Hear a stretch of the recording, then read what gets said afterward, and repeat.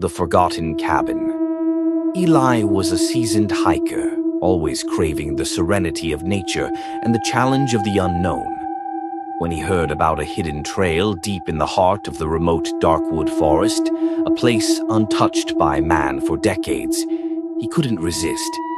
The locals warned him against it, whispering about a curse, but Eli dismissed their superstitions.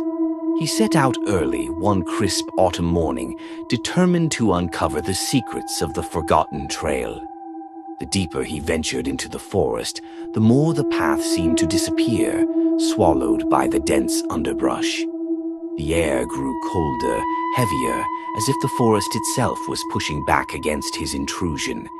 But Eli pressed on. As the sun dipped below the horizon, casting long shadows that twisted through the trees, Eli realized he had lost his way. His map was useless in this untamed wilderness, and his compass spun wildly as if caught in a magnetic field. Panic started to creep in, but he forced himself to stay calm, deciding to set up camp and wait for daylight. That's when he saw it, a faint glow through the trees far off the trail. It was a cabin, barely visible in the thickening mist, its windows glowing with a soft, inviting light. Relief washed over Eli. He wasn't alone out here after all. He hurried towards the cabin, hoping to find shelter and maybe even a guide back to civilization.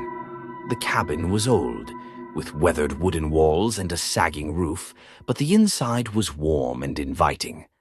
A fire crackled in the hearth, casting flickering shadows across the room. There was no sign of anyone living there, but a table was set with fresh bread and a pot of stew. Hungry and exhausted, Eli ate, convinced the owner would return soon. But as he sat by the fire, warming his chilled bones, a strange unease settled over him. The cabin was too quiet. The shadows seemed to shift and dance on their own, growing longer and darker with each passing minute. The walls creaked as if they were alive, breathing in sync with his own shallow breaths. Eli decided to look around, hoping to find a clue about who lived here.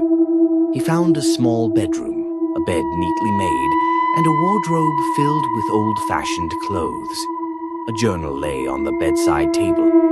Curious, he opened it, thumbing through the yellowed pages. The entries were dated over a century ago, written by a man who had once lived here, but as Eli read, the words grew increasingly frantic, paranoid.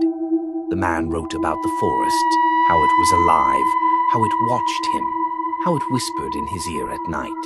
The final entry was barely legible, scrawled in trembling handwriting. "The forest wants me. It calls to me. I'm not alone.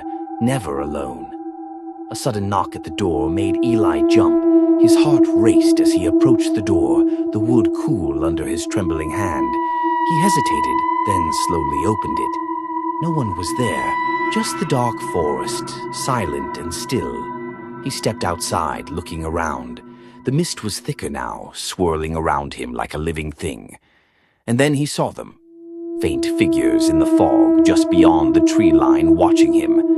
Their faces were pale, their eyes hollow, reflecting the light from the cabin. Eli's blood ran cold as he realized these weren't people. They were something else, something that shouldn't exist. He slammed the door shut, bolting it with shaking hands.